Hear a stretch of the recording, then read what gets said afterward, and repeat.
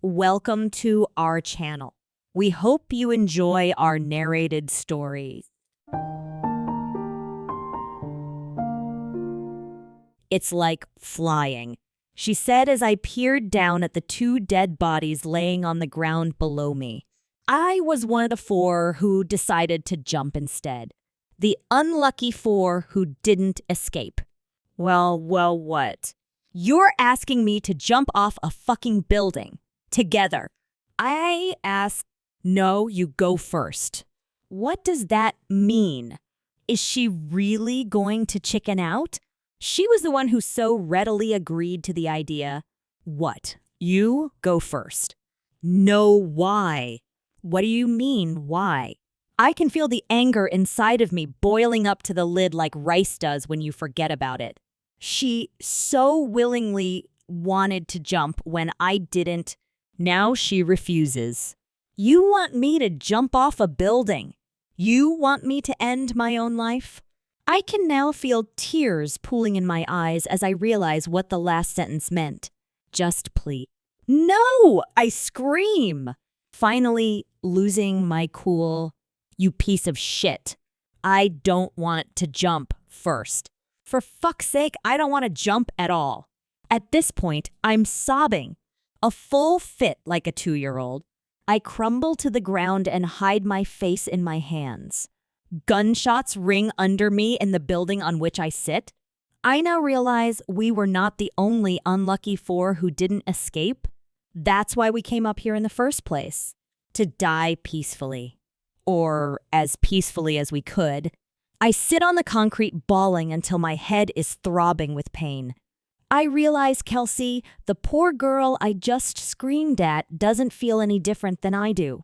My conscience punishes me by bombarding my mind with scoldings from all different corners of my head. She didn't deserve that. We're all losing our shit. Don't blame her. You're so selfish. What is wrong with you? You deserve to be laying down there with the others. I pull myself together enough to stand up and apologize. I'm sorry. I truly am. You didn't deserve that, I say while wiping the tears and snot onto my navy blue sleeve. I finally turn my head up to look her in the eye, but I am met with nothing but with a blue sky filled with clouds. Kelsey's not there. Through my tantrum, I didn't hear the clap of her body hitting the blacktop parking lot that lay 3 stories below me. She was dead. I was the only one left. My head is spinning. My legs feel numb like they do after getting off a roller coaster. Finally, after standing in the same spot for what feels like an eternity, my mind switches to what you could call flight mode. I sprint over to the giant vent and rip the grate off. I squeeze in the best I can and replace the grate, completely unconscious of what I'm doing. Tears are streaming down my face as I pull myself further and further back into the whirring metal box. The sound of gunshots echo in my ears. That moment from no longer than 45 minutes ago plays on repeat in my head. Kids scurrying through the hallways with looks of terror on their faces. The moment when we all realized this was it. This was the end of our lives. Everything ended in the hallways of a shitty high school. Not me. I survived. My eyes flutter open. I fell asleep. I take a breath, letting the cool air of a Michigan night fill my lungs. I can hear the chatter of people not far off. I take the vent cover off and wiggle my way out, my entire body cracking as I sit up on the cold concrete. I sit there for who knows how long listening to the chattering people. They're talking about something terrible. 42 were killed. 4 are missing. They're all dead. I stand up and walk over to the edge of the roof where I can hear the people and look down. The people go quiet and look back at me. Suddenly, the group breaks apart, some heading towards their red and blue flashing cars, while others rush into the school. About 30 seconds later, I hear thump, thump, thump, thump. People running up a staircase. Then the door to the roof bursts open. Hey, keep your hands where I can see them. A man yells, I assume at me, however, I don't move at all. I can't. I'm too exhausted. 3 other men follow him through the door and start to surround me with their guns pointed at the ground. I look up at them and they relax. Seeing I have nothing but my ripped zip-up hoodie, 2 of the men put their guns in their holsters and start to move in closer. No, no, no, no, no, no. No, no. Unintentionally, I jump back away from the men, pulling my sweatshirt tight around my waist. It's all right. We're here to help, says the man who first came barreling through the door. I quickly take another step back, not letting him get any closer. I promise you we are here to help, says the man again. He extends his hand towards me so I can take it. I look at it and my lungs start to feel like they're shrinking. They feel so small I can barely breathe. I sit down, gasping for air, when suddenly my hand is in someone else's. Hey, deep breaths. Deep breaths. Ready. Watch me. I don't look up. Instead, I stare at a tiny piece of rock embedded in the concrete.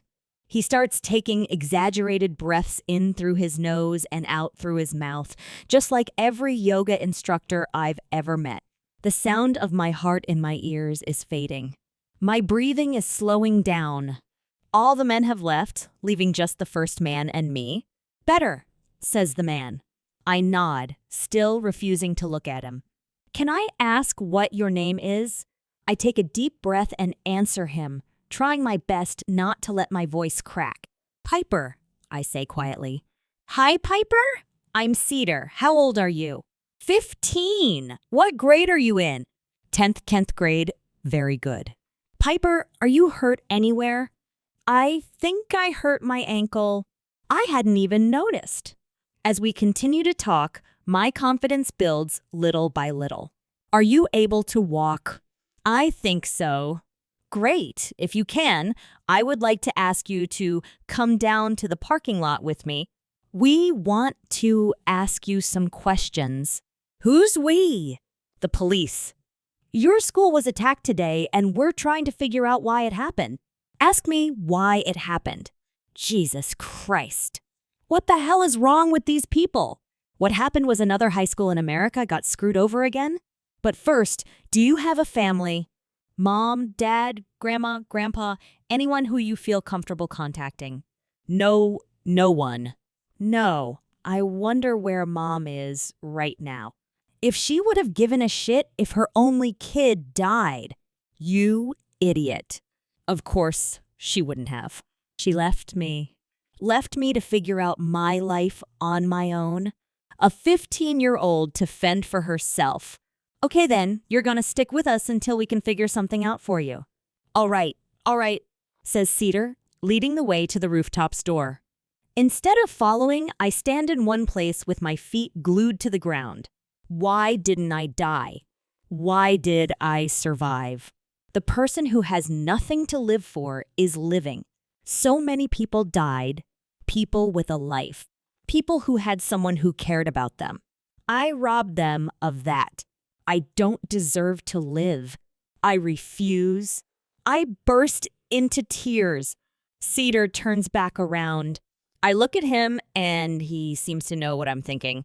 He starts running toward me, but is too slow. I reach the edge of the building and turn around. He stops and looks me dead in the eye. Piper, stop. Please, Piper, don't do anything. He speaks to his chest, requesting backup, but it won't help him. Look away. Please, I ask for his sake. He lunges at me, but it's too late. I fall back. I always did want to fly. The end. Thank you very much for watching. Please don't forget to subscribe our channel for more stories.